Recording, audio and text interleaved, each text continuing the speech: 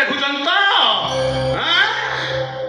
ସବୁ ଦେଖୁଛି ସମୁଦି ଆଉ ସବୁଦିନ ପାଇଁ ଏମାନଙ୍କ ଅଭିନୟ କେମିତି ବନ୍ଦ ହବ ସେ କଥା ବି ଚିନ୍ତା କରୁଛି। ମୁଁ କିନ୍ତୁ ଚିନ୍ତା କରିସାରିଛି ସମୁଦୁଣୀ। ସିଆ ଯଦି ତା ଯଦି ଅଟଳ ରହେ ତାହେଲେ ଆଜିରେ ସୁଜୟ সোনারକୁ ଛାଡ଼ପତ୍ର ଦେବାଟା ପାଇଲା। ଯୋଉ ଘରଟା ଖୁନି ମର୍ଡରମାନଙ୍କର ଆଡାସ୍ଥଳୀ ସେ ଘରେ ମୋ ଭଳି ଭଦ୍ରଲୋକ ରହିପାରିବନି ସମୁଦୁଣୀ। ଆଜିରେ ସୁଜୟକୁ ନେଇ ଏ ଘର ଛାଡ଼ି ମୁଁ ଚାଲିଛି।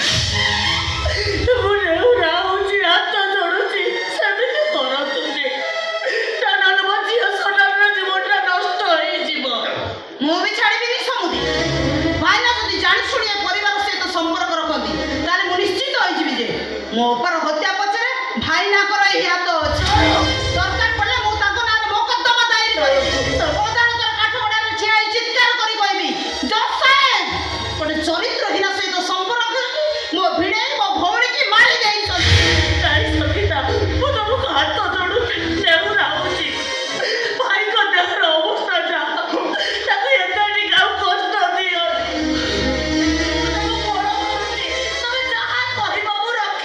ରଖିବୁ ତ?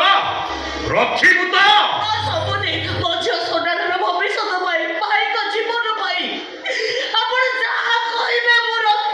ତାହେଲେ ଶୁଣ, ଶ୍ରେୟା ଏଠି ପହଞ୍ଚିବା ପୂର୍ବରୁ ଯେତେ ଶୀଘ୍ର ପାରୁଛୁ ତୋ ପୁଅକୁ ଏ ଘରୁ ବିଦା କର। କଣ ସମୁଦୁଣୀ? ଶୁଭମ ଯିବ ନା ନାହିଁ?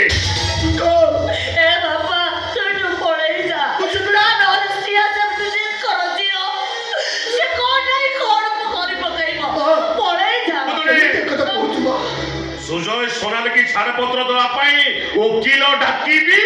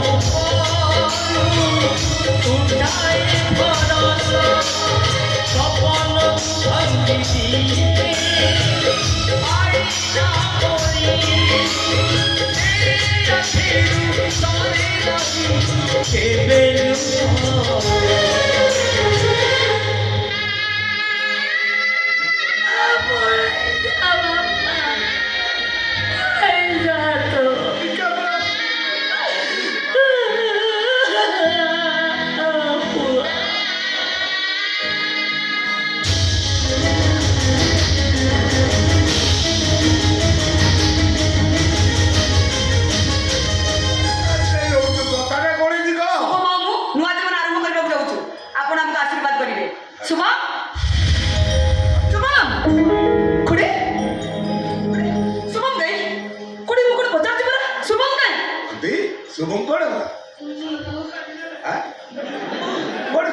कोड़ी शुभम काई मु कोई मारिबिनी कोड़ी मु कोन पचास पर तुमको मु ताके घर बाहर कर देई। शुभम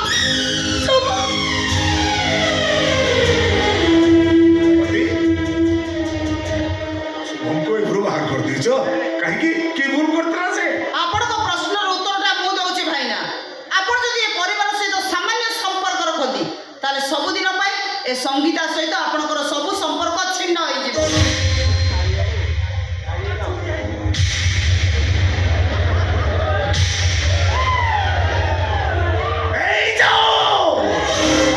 ସୁଜୟ সোনারକୁ ଛାଡ଼ପତ୍ର ଦେବା ପାଇଁ ଆଜିରେ କେସ୍ ଫାଇଲ୍ କରିବ। କରି ଦो କି ବୋଲ ଆମ ଭବିଷ୍ୟତ ସବୁ ଅନ୍ଧାର ଭିତରକୁ ଠେଲି ହେଇ ଯିବ।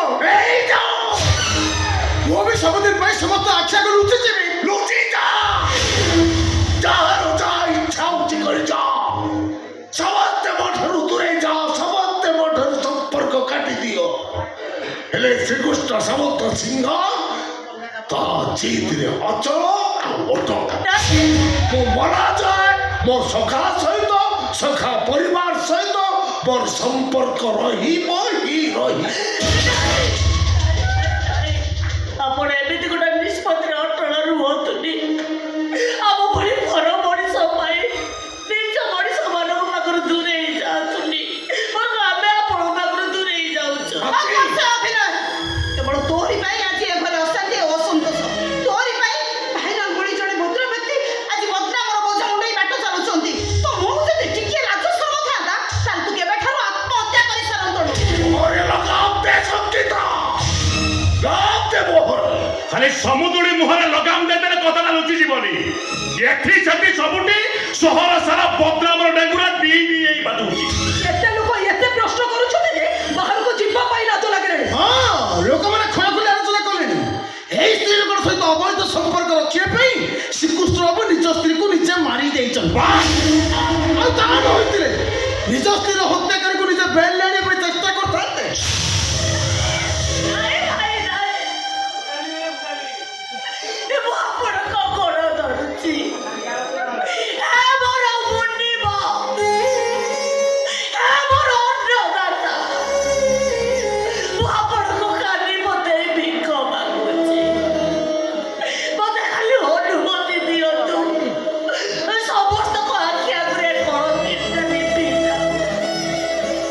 ଏ ଘର ଛାଡ଼ି ସେ ଚାଲି ଯାଉ। କଣ ଭାବୁଛୁ ତ এইମାନଙ୍କ ସନ୍ଦେହକୁ ସତ ବୋଲି ପ୍ରମାଣିତ କରିବା ପାଇଁ ନିଜେ ଗୋଟେ କଳଙ୍କିନୀ ଆଉ ତୋ ଭାଇଟା ଗୋଟେ ଚରିତ୍ରହୀନ ବୋଲି ଭାବି ନେବା ପାଇଁ ମୋ ସଖାର ହାତ ଧରି ଏ ଘରକୁ ଆସିବା ପରେ ରାକ୍ଷୀ ପୁନେଇ ଦିନ ଭଉଣୀର ଅଳି ନେଇ ମୋ ହାତରେ ରାକ୍ଷୀ ବାନ୍ଧିଲା ବେଳେ କଣ ଭଉଣୀ ପଡ଼ିଆ ନଥିଲା? ଥିଲା ତ ଭାଉଜ ବଞ୍ଚିଥିଲା ବେଳେ ବି ମୋ ଦେହ ଟିକେ ଅସୁସ୍ଥ ହେଲେ ରାତି ଅନିଦ୍ର ହେଇ ମୋ ସେବା କରିବାରେ କଣ ଭଉଣୀ ପଡ଼ିଆ ନଥିଲା? ଝଗଡ଼ା ଥିଲା? କହିଦେ ଚିତ୍କାର କରି ଏମାନଙ୍କୁ କହିଦେ ସେଇ ଜଗନ୍ନାଥକୁ ସାକ୍ଷୀ ରଖି এই মূর্খ পাপী গুড়াକୁ জড়াই দে। জগন্নাথ যেମିତି সুভদ্রা ভৌণীକୁ ଧରି ରକ୍ତ ସିଂହାସନ ଉପରେ ବସିଛନ୍ତି ତୁ ସେମିତି ବଲା ଯାଏ ତୋ ଭାଇ ପାଖରେ ରହିବୁ। ମୋ ପାଖକୁ ଭାଇ ପାଖରେ ଭଉଣୀର ସ୍ଥାନ କୋଉଠି ଏମାନଙ୍କୁ ଜଣେଇ ଦେ। ମୋ ପାଖକୁ ଓ ବାସ୍ ବାସ୍ ବାସ୍, ଶୁଣନ୍ତୁ ଡାକ୍ତର, ଆପଣ ଯେତେ ଯା ବୁଝେଇଲେ ବି ସେ କଳଙ୍କିନୀ ଏ ଘରେ ରହିପାରିବନି। କାହାର କିଛି ଅସୁବିଧା ନଥିଲେ ବି ମୁଁ ଆପଣଙ୍କ ବଡ଼ ଝିଅ ହିସାବରେ ଆପଣଙ୍କ ସ୍ଥାବର ଅସ୍ଥାବର ସମ୍ପତ୍ତି ଉପରେ ମୋର ବି ଅଧିକାର ଅଛି। ଆଉ ସେଇ ଅଧିକାର ନେଇ ମୁଁ କହୁଛି ଏ କଳଙ୍କିନୀ ଏ ଘରେ ରହିପାରିବନି। ଶୁଣଲି ଅଧିକାର ପ୍ରସଙ୍ଗ ଉଠେଇଲେ ତୋ ଅଧିକାରଟା କଣ ସେଇ କଥା ମୁଁ ତୋତେ ବୁଝେଇ ଦେଇଥାନ୍ତି। ହେଲେ ଶ୍ରୀକୃଷ୍ଣ ସାମନ୍ତ ସିଂହର ଆଜି ଭିନ୍ନ ନିଷ୍ପତ୍ତି ନେଉଛି। ଏ ଘର ତାର ସବୁ ତମକୁ ଛାଡ଼ି ଦଉଛି। ଜଗନ୍ନାଥ ଯେମିତି ସୁଭଦ୍ରା ଭଉଣୀକୁ ଧରି ବଡ଼ ଦେଉଳରେ ବସିଛନ୍ତି ସେମିତି ମୋ ସଖା ଫେରିବା ଯାଏ ତମମାନଙ୍କ ଠାରୁ ସବୁ ସମ୍ପର୍କ କାଟି ଦେଇ ମୋ ଶାନ୍ତି ଭଉଣୀକି ଧରି ଦେଉଳ ବେଢ଼ାରେ ରହିବି।